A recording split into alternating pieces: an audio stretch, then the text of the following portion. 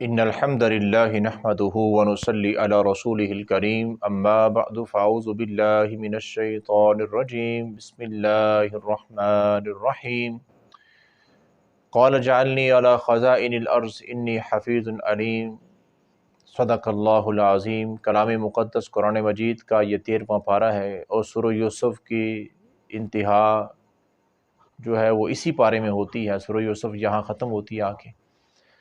تو اللہ تعالیٰ نے یوسف علیہ السلام کو کن عزتوں سے نوازا، پھر وہی بھائی جنہوں نے ظلم زیادتیاں کی تھی اپنی طرف سے یوسف علیہ السلام کو ختم کر دیا تھا، وہی سر جھکائے کھڑے تھے اور منگتوں کی حالت میں کھڑے تھے۔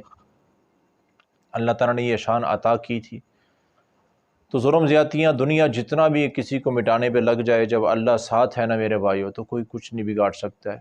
یہ عقیدہ ہمیں قرآن دے رہا ہے، سورہ یوسف دے رہی ہے، اور یہ عقیدہ ہمیں مرتے دم تک اپنے پلے باندھ لینا چاہیے کہ ہمیں صرف اللہ کو راضی کرنا ہے، دنیا والوں کو راضی نہیں کرنا۔ اگر اللہ راضی ہے تو دونوں جہانوں میں کامیابی ہمارا مقدر بن چکی ہے۔ اور اسی بارے میں اللہ تعالیٰ کا فرمان ہے کہ وَالَّذِينَ يَدْعُونَ مِن دُونِهِ لَا يَسْتَجِيبُونَ لَهُم بِشَيْءٍ إِلَّا كَبَاسِطِ كَفَّيْهِ إِلَى الْمَاءِ۔ وہ لوگ جو مجھے چھوڑ کر اوروں کے در پہ جاتے ہیں، ہاتھ پھیلاتے ہیں، دعائیں کرتے ہیں، منتیں چڑھاوے، یہ جو کچھ بھی کر رہے ہیں، اور مسلمانوں میں مصیبت آن پڑی ہے کہ مسلمان یہی کام کر رہے ہیں، مزاروں پہ درباروں پہ جا کے مرے ہوئے لوگوں کی، فوت شدگان کی قبروں پہ جا کے وہاں پہ ایڑیاں رگڑ رہے ہوتے ہیں، ماتھے رگڑ رہے ہوتے ہیں، قبروں کے پتھروں کو، اینٹوں کو چوم رہے ہوتے ہیں کہ کتنی بڑی کم عقلی ہے یہ۔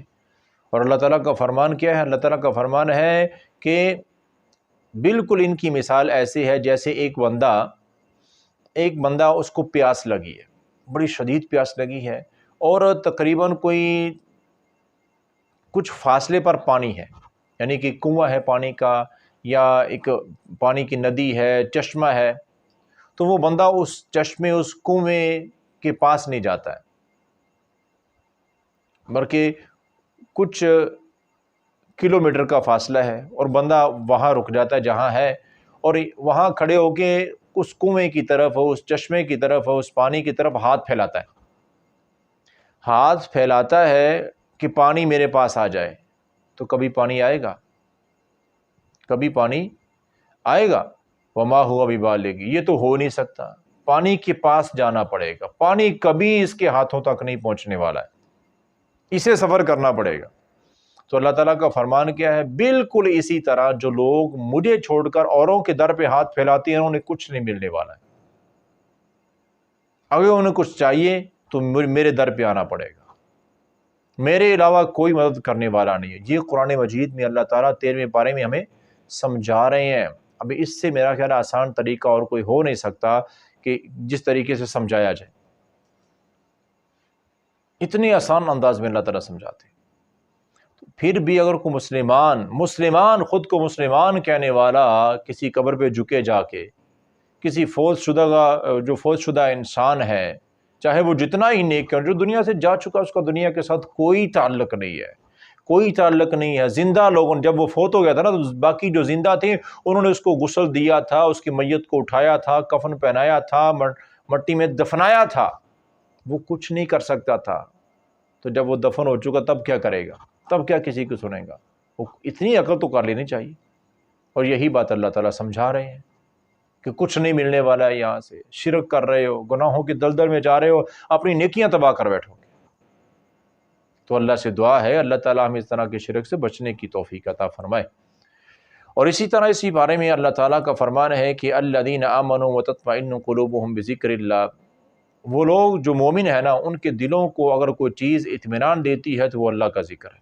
اللہ کا ذکر ہی اطمینان دے سکتا۔ الا بذکر اللہ تطمئن القلوب، یاد رکھو اطمینان، صرف دلوں کا اطمینان، صرف دلوں کا سکون صرف اللہ کے ذکر میں ہے۔ نماز اللہ کا ذکر ہے، قرآن کی تلاوت اللہ کا ذکر ہے، جتنے بھی اللہ تعالیٰ کے تعریفی کلمات ہیں اللہ کا ذکر۔ فرمایا کہ اگر کسی کو دلی اطمینان، سکون چاہیے، ایک ہی راستہ ہے، ایک ہی چیز ہے، وہ کیا ہے؟ وہ اللہ کی یاد ہے، اللہ کا ذکر ہے۔ اس میں آ جاؤ، اس میں لگ جاؤ، تمہارے دل کو سکون مل جائے گا۔ اور کوئی راستہ نہیں ہے، صرف یہی ایک طریقہ ہے دلی سکون حاصل کرنے کا، جو اللہ تعالیٰ نے اپنی زبان خود قرآن مجید میں بیان کر دیا۔ اور اسی بارے میں اللہ تعالیٰ کا فرمان ہے کہ وَإِذْ تَعَذَّنَ رَبُّكُمْ لَئِن شَكَرْتُمْ لَأَزِيدَنَّكُمْ وَلَئِن كَفَرْتُمْ إِنَّ عَذَابِي لَشَدِيدٌ۔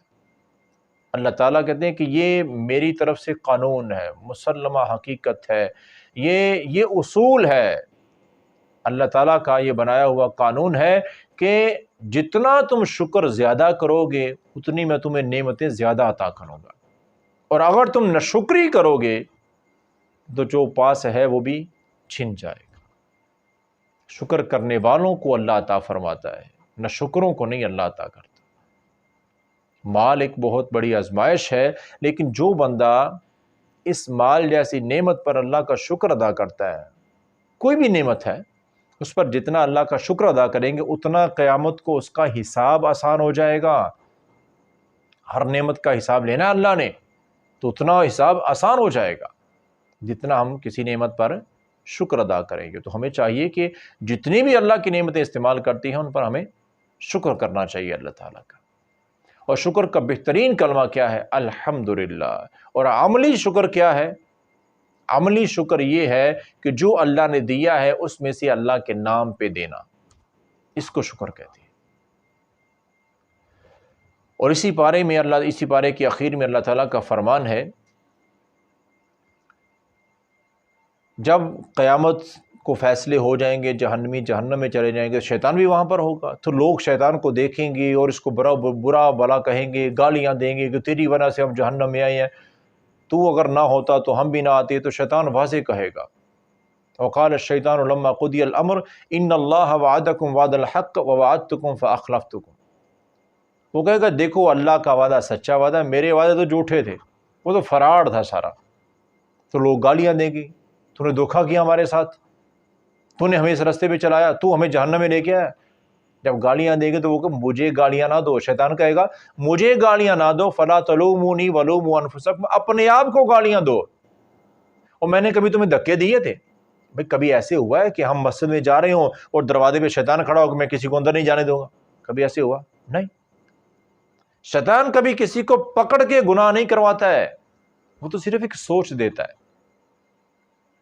وہ ایک سوچ دیتا ہے، اور ایک سوچ اللہ تعالیٰ کی طرف سے بھی ہوتی ہے، نیکی کا کام کر لو گناہ سے بچ جاؤ، اور شیطان کی سوچ ہوتی ہے کہ برائی کر لو نیکی سے بچ جاؤ۔ اب بندے کی اپنی مرضی ہے، وہ جدھر چاہے جائے، اللہ نے تو اختیار دیا ہوا ہے نا بندے کو۔ تو بندہ قیامت کو پھر یہ نہیں کہہ سکتا کہ شیطان تو مجھے لے کے آئے، نہیں، وہ بھی کہے گا وَلُومُوا أَنفُسَكُمْ، اپنے آپ کو گالیاں دو، جو کیا تم نے خود کیا ہے۔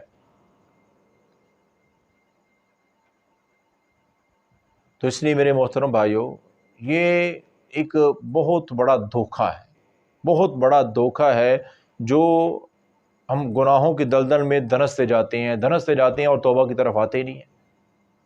زندگی میں جتنے بھی گناہ ہو گئے، بھی رمضان کا مقدس مہینہ ہے، یہاں تو اللہ تعالیٰ ہر افطاری کے وقت لوگوں کو جہنم سے آزاد کر رہے ہوتے ہیں۔ تو توبہ کریں، اللہ سے معافی مانگیں، جو ہو گیا اس پر شرمندگی کا اظہار کریں، سچی توبہ کریں، اور آج کے بعد گناہوں کو چھوڑ دیں، ورنہ ہمیشہ کی ذلت، رسوائی، عذابات، دردناک مصیبتیں انتظار کر رہی ہیں جہنم کی صورت میں اگر گناہ گاری کی زندگی گزارتے رہیں۔